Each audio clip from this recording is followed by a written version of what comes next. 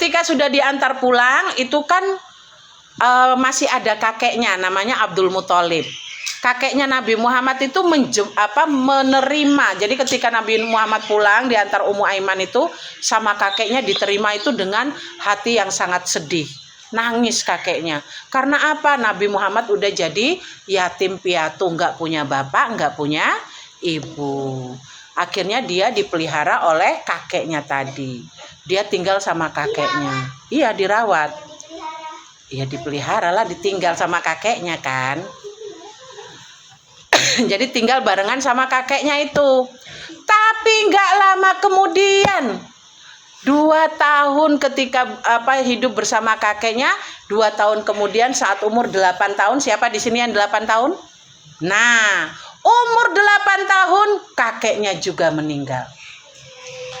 Iya. Kalian gimana itu kalau seperti itu? Udahlah bapak meninggal, ibu meninggal, tinggal sama kakek. Ternyata kakek juga meninggal. Apa perasaannya coba? Sedih banget toh. Neneknya udah nggak ada, ya. Nah, setelah kakeknya itu meninggal, sebelum meninggal itu kakeknya sudah sakit-sakitan tuh. Jadi kakeknya itu ingin menitipkan Nabi Muhammad gitu loh. Waduh, ini mau tak kasih siapa? Sementara anak-anak kakeknya itu ada yang orang kaya. Namanya Abbas, tapi orangnya tuh pelit. Ada juga yang nama anaknya tuh Haris, tapi orangnya tuh miskin. Akhirnya apa? Diberikan kepada pamannya yang bernama Abdul Thalib. Siapa namanya? Abdul Muthalib. Nah, itu. Kalau kakeknya tadi siapa? Abu Thalib ya. Nah, kakeknya yang Abdul Muthalib apa pamannya? Coba ini Ustazah kok jadi hang ini. Abu Thalib pamannya. Nah, itu kan ada lagunya ya. Abu Thalib, gimana lagunya? Abu Thalib anak Nabi. Itu kalau anak Nabi. Ini anak kakeknya. Nama ayahnya Aminah ibundanya, Abdul Muthalib kakeknya, Abu Thalib pamannya. Nah, itu. Jadi pamannya namanya Abu Thalib. Akhirnya kakeknya tadi sebelum meninggal menitipkan Nabi Muhammad kepada pamannya yang bernama Abu Thalib. Abu Thalib itu bukan orang kaya, tapi dia memiliki wibawa, dia dihormati oleh orang-orang yang ada di Mekah. Nah, akhirnya setelah kakeknya itu meninggal, Nabi Muhammad tinggal bersama pamannya Abu Thalib. Tapi tadi Abu Thalib itu bukan orang kaya, maka sehari-harinya dia selalu bekerja. Nah, Nabi Muhammad lihat, wah, pamanku ini bukan orang kaya. Hari-harinya dia bekerja, maka sejak itu Nabi Muhammad ikut bekerja, membantu pamannya memelihara apa? Kambing. Kambing pokoknya, domba itu. Umur 8 tahun. Siapa tadi yang 8 tahun? Nah, kalian sudah bisa memelihara domba apa belum? Belum. Tuh. Umur 8 tahun Nabi Muhammad sudah bisa menggembala domba, dibawa ke lapangan. Dibawa ke lapangan, dikasih makan sampai sore, kemudian pulang. Nah, kalau kalian gimana sekarang? Nek disuruh pelihara kambing, ke pelihara domba, bisa nggak dibawa ke lapangan? Bisa. Ya. Kok di dalam rumah lah kambing kok dibawa ke dalam rumah ki piye ceritane? Iya, kambing itu di luar tempatnya. Dia kalau cari makan kemana?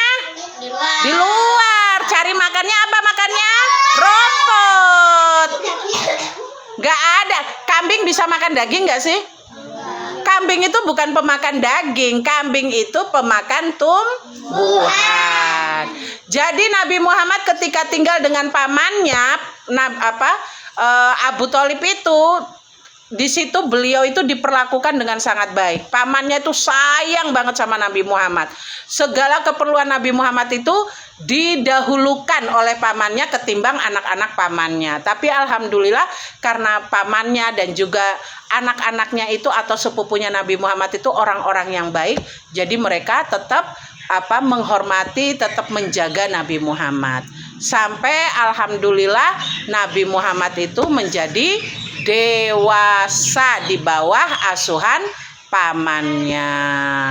Nah, untuk kisah Nabi Muhammad yang masih kecil ini ya, kalian bisa bayangkan bagaimana Nabi Muhammad sejak usia 8 tahun sudah belajar bekerja menggembala domba. Nah, pekerjaan menggembala domba itu jangan dilihat cuman wah, kok hari-hari kerjaannya karo kambing. Enggak. Menggembala domba itu mampu membuat kalian menjadi seorang pemimpin. Jadi, ketika Nabi Muhammad berlatih memelihara memelihara kambing itu cara Allah melatih Nabi Muhammad menjadi seorang pemimpin. Sebelum kalian memimpin manusia, kalian memimpin dulu itu kambing-kambing. Kalau kambingnya bisa manut, maka manusia pun pasti bisa manut. Kalau nggak manut. Nah, kalau nggak manut, nah itu, ya. Maka di sini coba, di sini yang sudah bisa kerja cuci piring siapa? Yang sudah bisa masak nasi siapa? Bukan saya. Yang sudah bisa goreng telur siapa? Aku paling bisa. Yang sudah bisa masak mie siapa? Tenang, kalian yang kecil-kecil sekarang masih jadi putri-putri, jadi tenang aja ya. Tinggal dimasakin. Yang sudah biasa nyapu di rumahnya siapa? Oh, itu aku. Yang di rumahnya sudah terbiasa cuci piring siapa?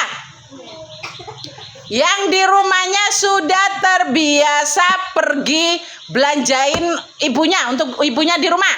Itu aku sering itu. Nah, itu sebenarnya ya anak-anak itu kalau diperintah sama orang tua jangan bilangnya gini, mama tuh ngapa sih suruh-suruh aku terus? Enggak, itu latihan supaya kalian besok kalau udah besar ya mampu mandiri. Bayangkan dari kecil kalian sudah terbiasa untuk goreng telur, untuk masak mie, untuk masak nasi. Nanti kalau udah besar, alah gampang itu tuh. Ya, kecil. Mau disuruh kerja apa? Ngepel, gampang. Siapa yang biasa ngepel?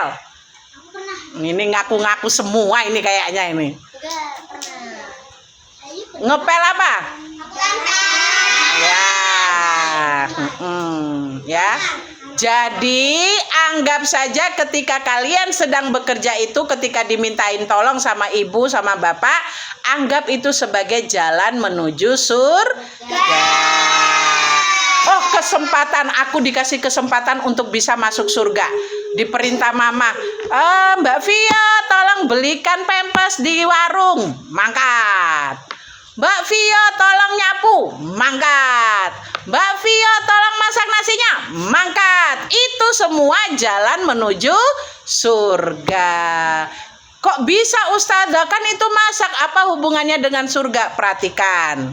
Ketika kalian memenuhi perintah orang tua, kira-kira orang tua bahagia apa enggak?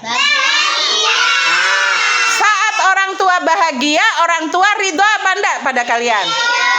Nah, sekarang coba diingat-ingat, hadis ridho orang tua gimana? Ridho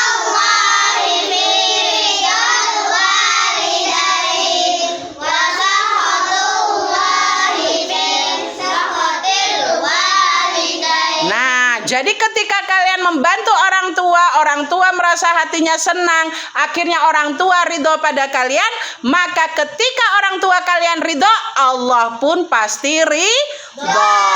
Kalau Allah sudah ridho, maka surga terbuka untuk kalian. Mau nggak surganya terbuka untuk kalian? Kira-kira kalau kalian menolak perintah bapak atau ibu, pintu surganya kebuka apa enggak? Enggak. Nah, ingat ya, sakhatullahi fi walidain. Kalau orang tua sampai marah, artinya Allah sedang marah. Kalau Allah marah, maka pintu surga tertutup. Maka mulai sekarang kalau diperintah orang tua, anggap sebagai pintu surga yang terbuka. Kira-kira mau nolak nggak? Diperintah orang tua mau nolak apa enggak? Nagara kalau diperintah orang tua mau nolak apa enggak? Hah? Mau. Mau menolak perintah orang tua? Apa? Tadi aku dengarnya itu mau membantu orang. Makanya saat Ustazah Nida menjelaskan itu dengarkan, jangan ngobrol sama teman. Akhirnya keliru penerimaannya. Ustazah Nida bilang mau menolak perintah orang tua. Mau nggak? Enggak. Kalau Akila mau nggak menolak perintah orang tua? Tidak. Mas Arsya mau nolak nggak perintah orang tuanya? Enggak. Jangan sampai menolak. Selama perintah orang tua itu baik, maka kita harus terima, laksanakan. Siap, bos. Siap. Jadi kalau diperintah orang tua jawabnya gimana? Siap. Ya, coba sekarang kalau misalnya diperintah sama orang tua, Mbak, Kak, pergi ke sana. Gitu ya. Ada yang mau menolak? Enggak ya. Jangan sampai menolak perintah orang tua. Oke, untuk hari ini cukup sekian. Mudah-mudahan bermanfaat untuk kalian semua. Ingat, menjadi anak yang solih, menjadi anak yang diridhoi oleh orang tua, insya Allah pintu surga terbuka untuk kita. Kalau mau masuk surga, maka taat pada perintah orang tua. Kalau disuruh jawabnya Oke, itu saja. Mari kita tutup dengan doa penutup majelis.